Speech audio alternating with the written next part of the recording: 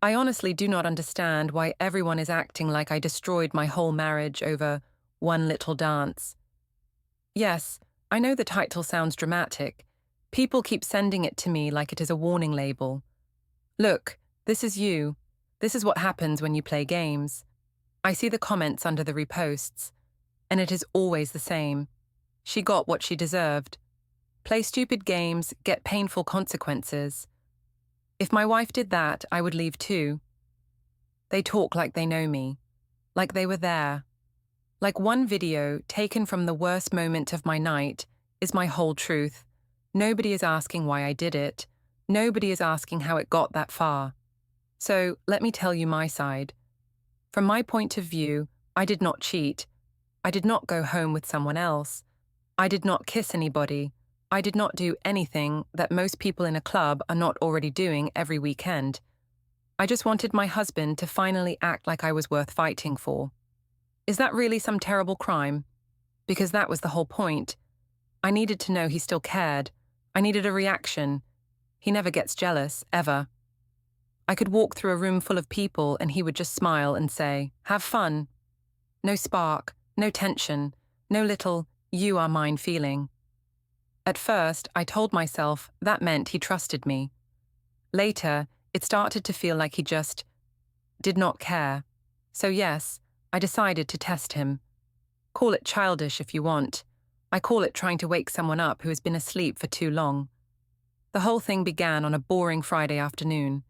I was standing in front of the mirror in our bedroom, wearing an old faded t-shirt and stretched leggings, hair in a messy bun that was not even the cute kind of messy. I looked flat, tired, like I was blending into the furniture. My phone lit up with some post from a girl I follow.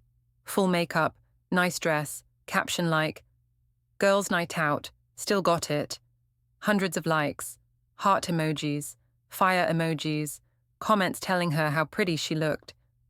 I stared at my own reflection and thought, when did I stop feeling like that? When I met Mark, he made me feel like that girl. The one someone chooses in a crowd. The one they watch across the room. He used to send messages like, "I cannot stop thinking about how you looked last night." I am still smiling from our date. Now he sends, "Did you pay the internet bill?" I will be home late. Meeting ran long.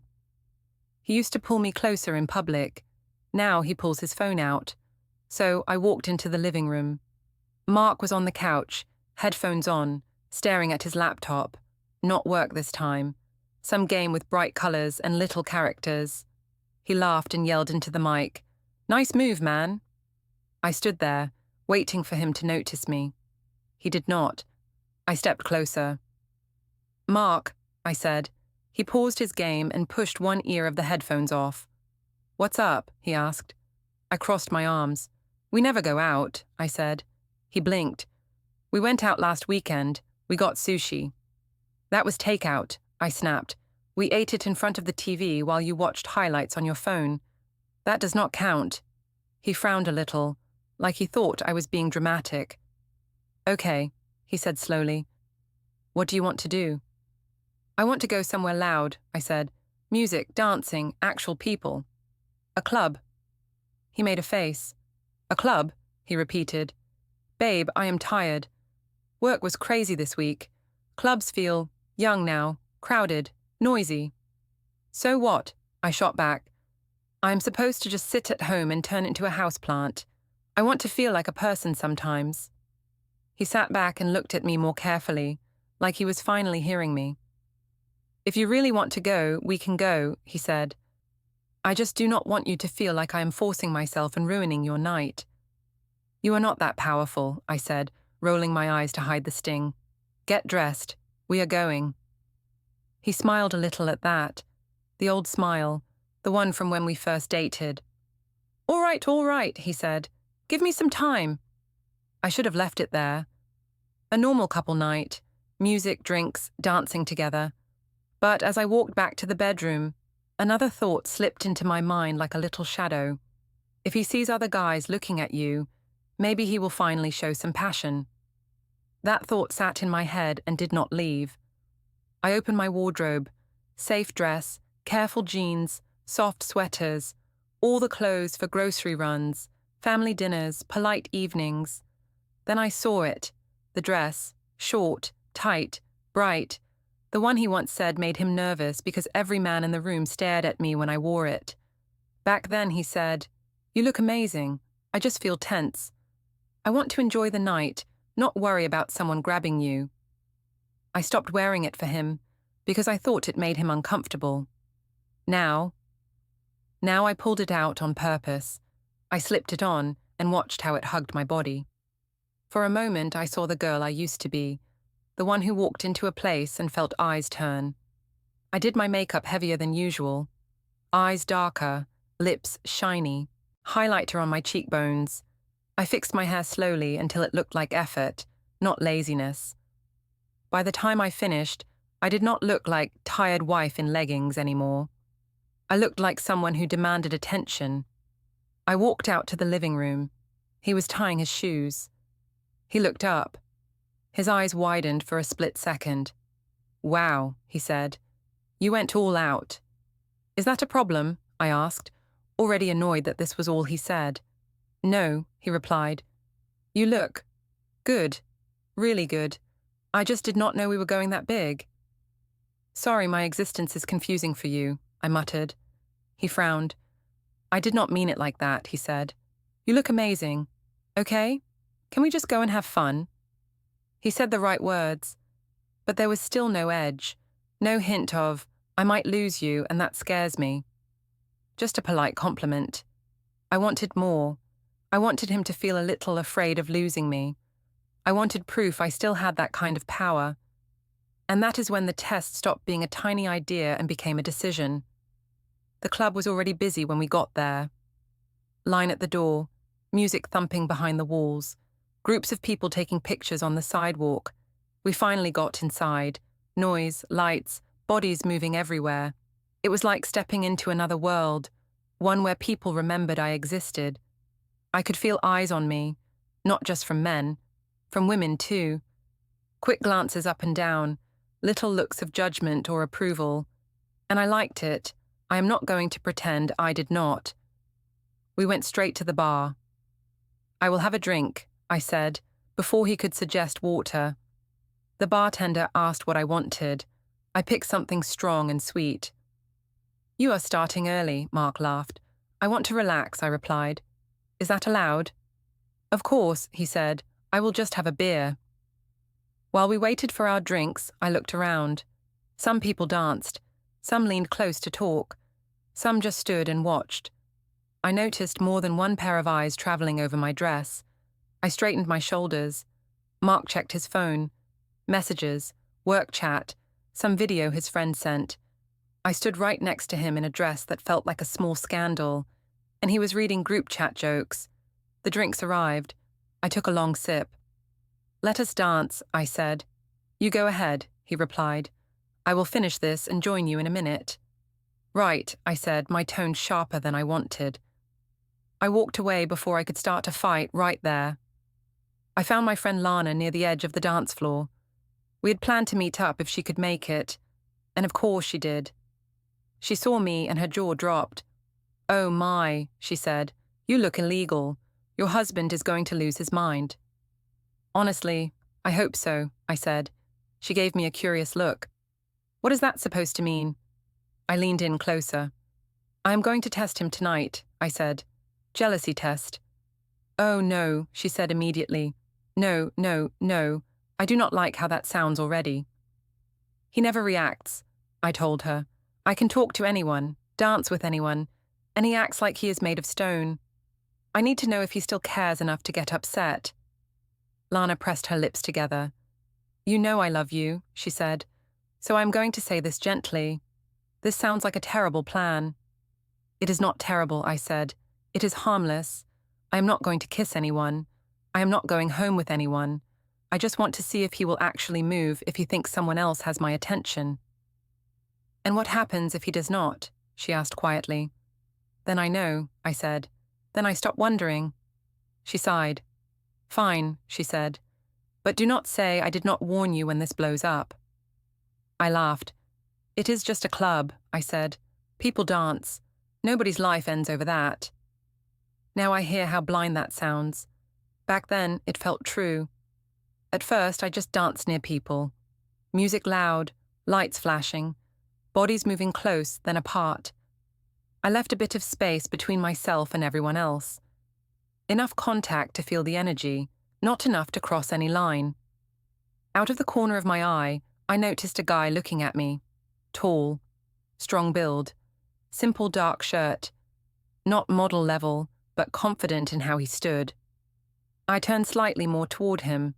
Not all the way, just enough to send a signal. If you come closer, I will not run away. He took that step.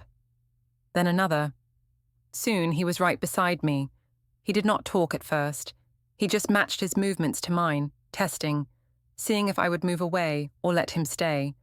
I did not move away. Inside, I was watching for something else. Over his shoulder, I checked the bar. Mark was there, drink in hand, eyes on me. Our stares met. I waited. I expected a frown or a hand gesture that said, "Come here," or at least some sign that he did not like what he was seeing. He just raised his drink a little. A small motion like a toast. I felt my face get hot. I turned back to the guy. His hands hovered near my waist, not touching, waiting for a sign. The sensible thing would have been to take a step back, smile politely, make it clear I was married and not interested. Instead, I thought, if my own husband is not bothered, why should I care? So I did not move away. I stayed. Little by little, the guy's hands settled on my hips. We danced like that for a while. Not pressed together yet, but close. Lana leaned in. "So, is this the part where I start being worried?" she asked. "Relax," I said. "We are just dancing." She gave me a look that said she was not convinced, but she backed off. I kept my eyes mostly on the dance, but every few seconds I checked the bar again. Mark was still there. Watching. No scene. No reaction. No attempt to come get me. Fine, I thought. If that is not enough, we can turn this up. The music changed. The beat slowed, heavier and lower. The guy behind me stepped closer. Now we were no longer dancing near each other. We were pressed together. His hands were firm on my waist, guiding my movements. My back rested against his chest. The whole thing is normal in a club. People dance like that all the time. But this was not random fun for me. This was a test with a target audience, my husband. Part of me enjoyed the attention. Part of me enjoyed feeling wanted again. But a bigger part of me was watching Mark. He was still at the bar. Only now his posture had changed. His shoulders were tense. His jaw was tight. His hand around the glass looked like he was squeezing it too hard. Good, I thought. Feel something. The guy's hand slid a little lower on my stomach. Not completely low, but enough that I knew the move behind it. I did not stop him. I leaned into him instead. I let my head fall back a little. I laughed louder than I needed to. Everything was a signal. "Okay, this is a lot now," Lana said in my ear. "You are really letting him hold you. Maybe you proved your point already." "Not yet," I said. "He has not done anything." "You are playing with fire," she warned again. "I am tired of being ice," I answered. "I want to feel something." I glanced toward the bar one more time. This time, when I looked, Mark was not there. My heart stumbled. I scanned left, right, nothing. The bar was full of strangers. "Where did he go?" I asked, suddenly sober. Lana looked over too. "He was there a second ago," she said. "He stepped away. I thought you saw." "No," I said quickly. "He would not just leave. He would not." Lana's face softened. "Maybe he needed a break," she said. "Or maybe—" He had enough. I pulled away from the guy. "Hey," he said, slightly annoyed. "Where are you going?" "I need some air," I replied. I did not look back. The air outside hit my face like cold water. It smelled like traffic, cigarettes, and night. For a second, I did not see him. Then I did. He stood a few meters away near the curb, and he was not alone. A woman stood with him. Not one of the wild ones from the dance floor. She wore a simple dress, jacket over her shoulders, flat shoes.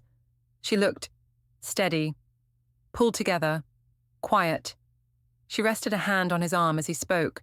She was not flirting. She looked concerned. Something inside me twisted. I walked toward them fast. The woman saw me first. Her hand dropped from his arm. Mark turned his head. When his eyes met mine, I expected anger, or pain, or something explosive. Instead, his face looked like a door had closed, empty, calm, far away. "What is this?" I demanded, pointing between them. "You leave the club to talk to some woman while I am inside. Really?" The woman raised her eyebrows. "I just asked if he was all right," she said. "He looked upset." "He is my husband," I snapped.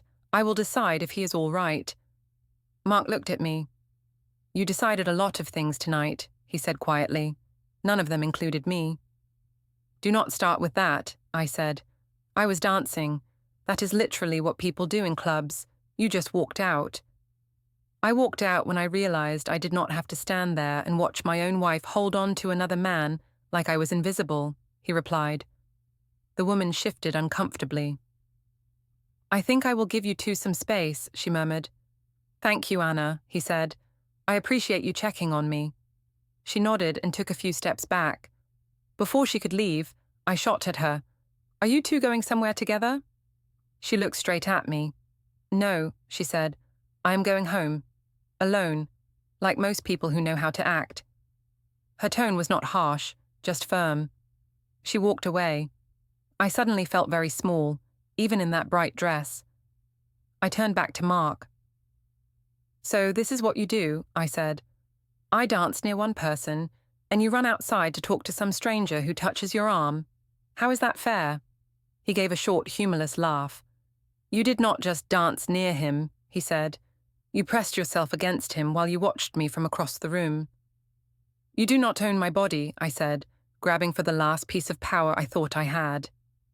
"No," he answered, "but I thought I at least had your respect." The words stung more than any insult. "You are supposed to fight for me," I said, voice shaking. "That is what people do when they are in love. I wanted to see if you still cared. That is all this was, a test." He stared at me like I was speaking another language. "A test?" he repeated. "Yes," I insisted. "Maybe if you got jealous for once, I would feel like I matter." "Let me be clear," he said slowly.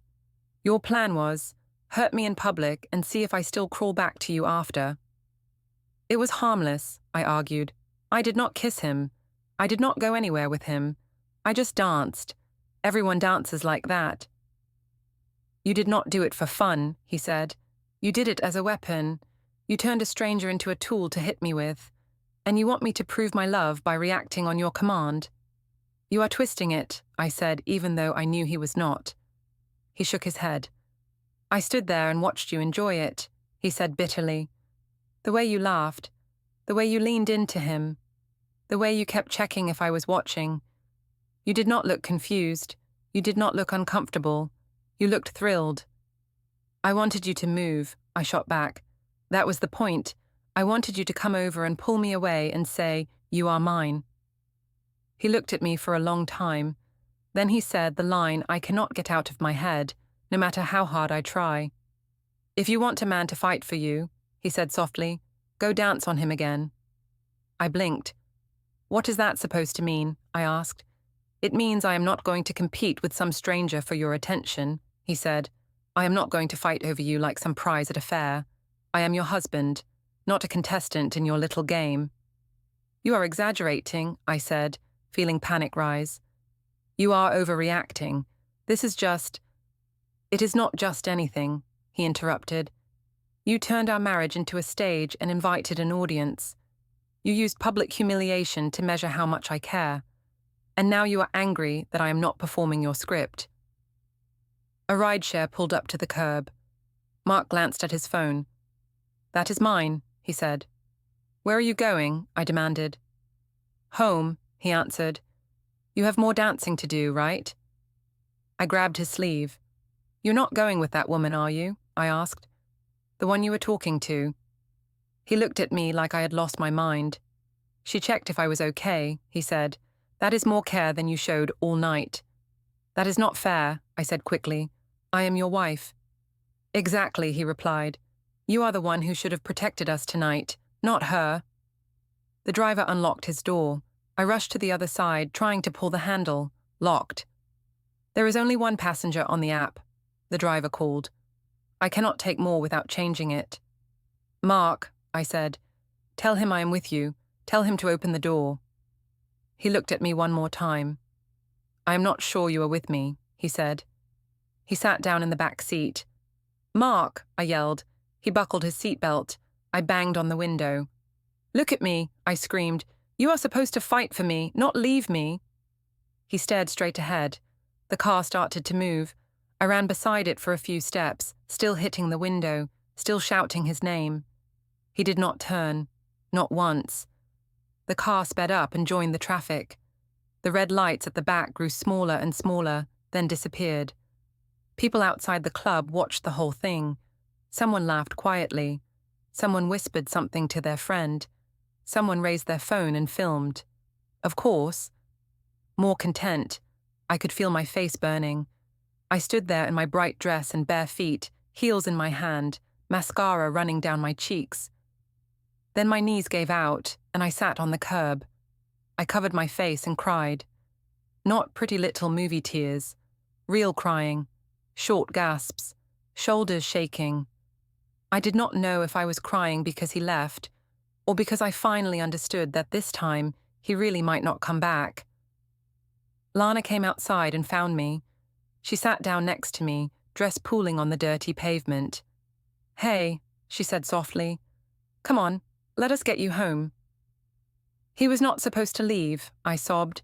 He was supposed to get mad, shout, and then we would make up. He was not supposed to just... Go. She sighed. I tried to warn you, she said. You went too far, Zoe. I did not cheat, I insisted weakly. I just danced. People dance all the time. You did not just dance, she said. You used that other guy like a mirror to throw in Mark's face. I leaned my head on her shoulder. I just wanted him to fight for me, I whispered. She ran her hand through my hair. I think he did, she said sadly. He fought for his self-respect.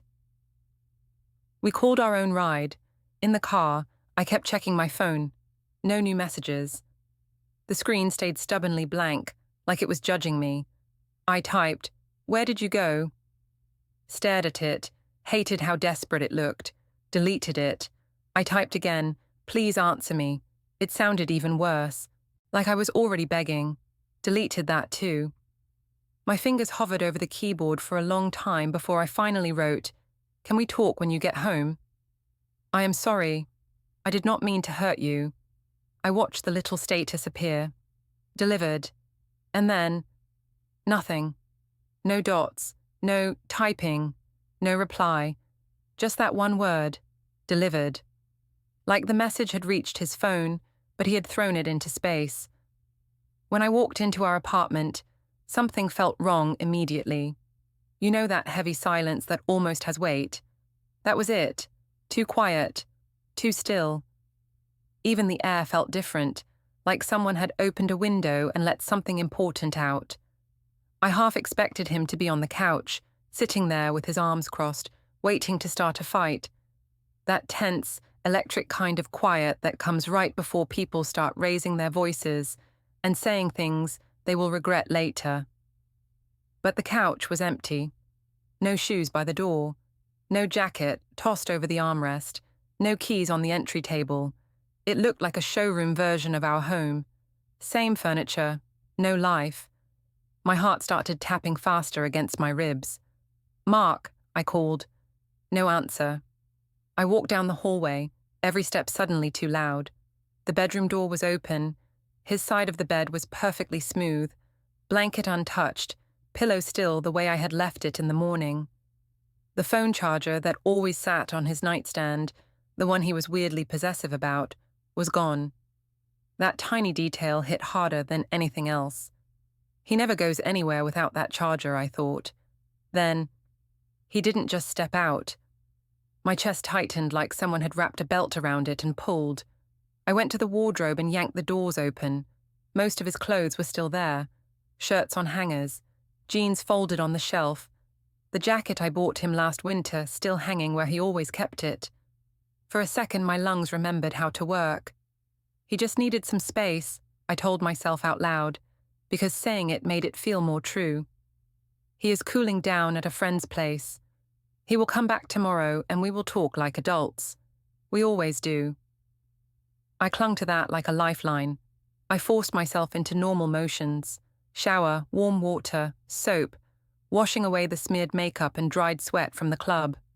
I put on soft clothes, old t-shirt, loose pants, the kind you wear when you expect to be crying. Then I sat on the couch, phone in hand, and stared at the door like I could summon him by willpower. I sent another message. I am home. Please tell me you are okay. I watched the screen like it was a heart monitor. Nothing, no reply, no dots, just the empty chat window and my own words staring back at me. I tried calling, straight to voicemail, no ringing. Just that sudden jump to his recorded voice. Hey, it is Mark, leave a message. He sounded normal. I was the one who was not. I swallowed, waited for the beep and forced myself to speak. Hey, it is me, I said, voice already shaking. I know you are angry, I get it. I crossed a line, but please do not just shut me out. Come home so we can talk, please. I hung up and stared at the screen like it owed me answers. Nothing changed, no call back, no missed call from Mark. Just my own reflection in the black glass. At some point, the exhaustion caught up with me. My eyes burned, my head pounded, my whole body felt heavy. I must have fallen asleep on the couch because I woke up with my neck twisted at a terrible angle and a sharp beam of light hitting my face through the curtains. For one dizzy second, I thought I had dreamed everything. The club, the dance, the car driving away. I sat up so fast my vision went blurry. The other side of the couch was empty. His shoes still were not by the door. His jacket still was not on the hook. And on the table, where his key usually sat, there was just a faint ring of dust in the shape of the metal. His key was gone. That detail sank in slow, like a stone dropping through water. If he took his key, he did not forget something and come back later. He left with intention. For a second, a strange, painful thought crossed my mind. Maybe he came back while I was sleeping, saw me on the couch, and left again. Somehow, that hurt even more than the idea of him not coming at all. Like he had looked at me one last time and decided I was not worth waking up. I picked up my phone with shaking hands. Still no replies. Fine. Then I would keep pushing. I started texting again. Can you tell me where you are? I am worried. We can fix this. Please answer. Each message went through. Delivered, delivered, delivered, delivered, all delivered, none read. The little read mark never appeared. No tiny profile icon sliding under my messages. It felt like shouting into a canyon and only hearing my own echo. A horrible thought crept in. What if he blocked me? No, I told myself out loud. He would not do that. He is just hurt. He needs time. I needed proof, so I opened our shared banking app. If he had booked a hotel, it would show up there. That was how we always tracked expenses. I typed in our usual password. Error. Wrong password. My heart skipped. I typed it again, slowly, making sure I did not miss a character. Error. I wiped my hands on my pants, suddenly aware they were slick with sweat. I tried forgot password, thinking maybe I could reset it from my email. A message popped up instantly. Account owner has changed login details. It felt like someone had reached through the screen and punched me. He had changed it, not forgotten, not reset it by mistake. Changed it on purpose. I sat back, staring at the phone. My brain scrambled for excuses. Maybe the bank forced a reset. Maybe there was some security issue. Maybe this is all just bad timing. But deep down, I knew. This was not an accident. I checked our streaming profile. The app kicked me out as soon as I opened it. Your account has been signed out on this device. I tried to log back in. Wrong email or password. I laughed. A short, broken laugh that sounded like a cough. Of course. He changed that too. I opened the Find My app next, where we always had our locations connected for emergencies. For years, his little icon had been on that map. Home, work, gym, grocery store. Now the map was empty. Just a blank space. His name was gone. He turned off sharing. Slow realization started to spread through me like cold water. This was not a small fight. This was not, I am staying with a friend tonight. This was not a cooling down moment. This was separation. The word felt too big, but too accurate to ignore. I called him again. Straight to voicemail. His recorded voice said, "Leave a message." But it sounded distant now, like a stranger's voice I had heard on an old video clip, not the person who used to fall asleep breathing beside me. I did not know what to say anymore. Sorry again. Please again. Another variation of I did not mean it. Everything sounded pathetic in my head. So I hung up without speaking. By afternoon, the silence had spread beyond just us. Other people started noticing. My phone buzzed. "Lana, is he home? Did you talk?" I swallowed. "No," I typed. He did not come back. He changed the bank login and turned off location. He is ignoring me. The dots appeared almost immediately. "Zoe?" "That sounds serious," she wrote.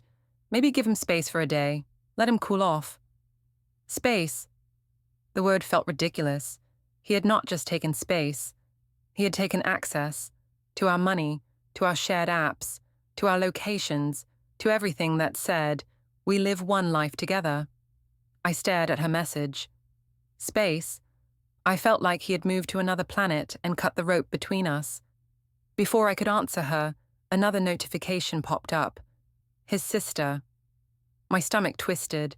We had always gotten along, sent each other memes, complained about men, shared family gossip. Now her name on my screen felt like a warning light. "What happened last night?" she wrote. "He showed up at our parents' place at 3 a.m., looking like he had been hit by a truck." I froze. Of course he went to them. They were his safe place. His childhood house, his mother's kitchen, the living room where he watched shows as a teenager. I typed, "We had a fight." At the club, it got blown out of proportion. She answered almost instantly, like she had been waiting with the phone in her hand. "You danced on some random guy in front of him." My chest tightened so hard I almost dropped the phone. "He told you that?" I wrote. "Someone sent him the video," she replied, "and he sent it to me. Is that really you?" Video. Of course there was a video. Why would there not be? In a world where everyone films everything, of course someone would record the exact 5 seconds that destroyed my life. We went back and forth. I kept trying to arrange my words in a way that made me look less horrible. It was just dancing. I did not kiss anybody. I was trying to get a reaction because he is so cold lately. I just needed to feel something. I needed to know he still cared. Watching those sentences stack up in the chat, I could see how weak they looked, but I sent them anyway, like throwing wet paper at a wall and hoping it would hold. She took longer to reply this time. When her message finally appeared, it was worse than if she had just yelled at me. "You used jealousy like a game piece," she wrote. "He is completely broken right now. I cannot support what you did." The words sank into me like stones. You used jealousy like a game piece. She did not say I made a mistake. She did not say I went too far. She described it exactly, like I was sitting at a table, moving pieces around, testing reactions, watching him like he was in a lab, and the part about him being completely broken, that image would not leave my head. Him, sitting at his parents' kitchen table at 3 a.m., hair messy, eyes red, trying to explain to his mother why his wife had danced with someone else in front of him, like he was not there. I stared at her final line. "I cannot support what you did. His sister and I had spent holidays together. We bought each other gifts. We texted during boring meetings. Now she sounded like a judge, reading a sentence. In one night, I had not just lost my husband's trust, I had started losing the people around him too, and for the first time since the club, it hit me fully. This was not a storm we would just talk through. This was not a dramatic fight with a dramatic makeup at the end. This was the beginning of something else, something I had no idea how to stop. By evening, I could not stand it anymore. I put on jeans and a hoodie, grabbed my keys, and went to his parents' house. I told myself I just wanted to talk, to explain, to show I was serious about fixing it. When I rang the doorbell, his mother answered. Her face was tired. She did not smile. "Zoe," she said, "what are you doing here?" "I came to talk," I said quickly. "To Mark. Is he here?" She stepped out onto the porch and closed the door halfway behind her, so I could not see inside. "Maybe you two should give each other time," she said. "I had all last night to think," I replied, voice shaking. "I get it. I know I messed up. I just need to see him. Please." She studied me for a long moment. Then she sighed. "Come tomorrow," she said. "Maybe he will be ready then." "Is he inside now?" I asked. "Can you just tell him I am here? Ask if he will talk to me." Her expression hardened. "He does not want to see you today," she answered. "He asked us not to let you in." The words hit like a slap. "He asked," I repeated.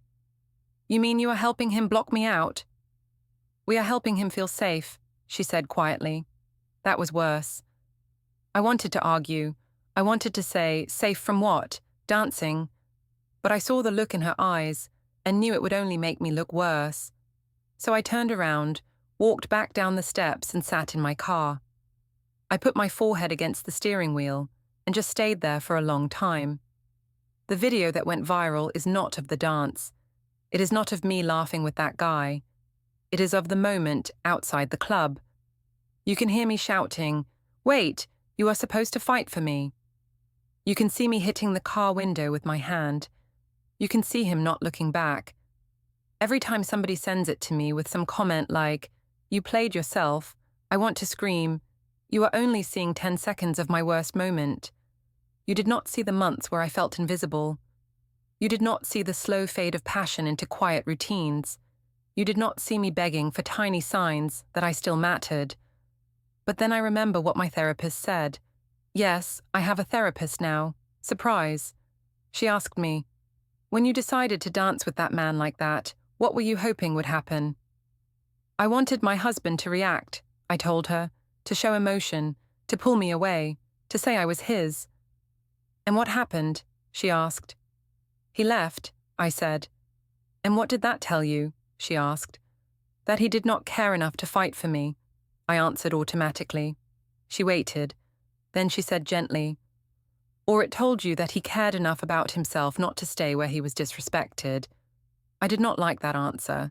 It made me feel small, but deep down I knew she was right. When people ask now, I always feel this split inside me. There is the version I want to tell, the one where I am the hurt, confused wife and he is the cold man who abandoned me outside a club. Then, there is the version that keeps me awake at night, the one where I turned our marriage into a secret experiment and he refused to be a test subject. Usually, I go with the first one. I say, "We went out to a club and I danced with another guy. My husband saw and just left me there. He did not even talk to me. He just got into a car and drove off while I cried outside." I add, "I did not cheat. I did not kiss anyone. I just danced. Everyone dances like that. He could have talked to me instead of running away." It sounds simple. It makes me look less cruel. But sometimes, when I talk too fast and my guard is down, the other lines slip out. Like, I wanted him to feel insecure just for once. I wanted to prove I still had options. I wanted him to chase me. And then I hear how ugly that sounds, how selfish, how I was not looking for love in that moment. I was looking for power. The worst part is not that he left the club. The worst part is not that people saw me cry. The worst part is walking past couples now and thinking, I had that. I had someone who trusted me so much he did not feel the need to monitor my every move.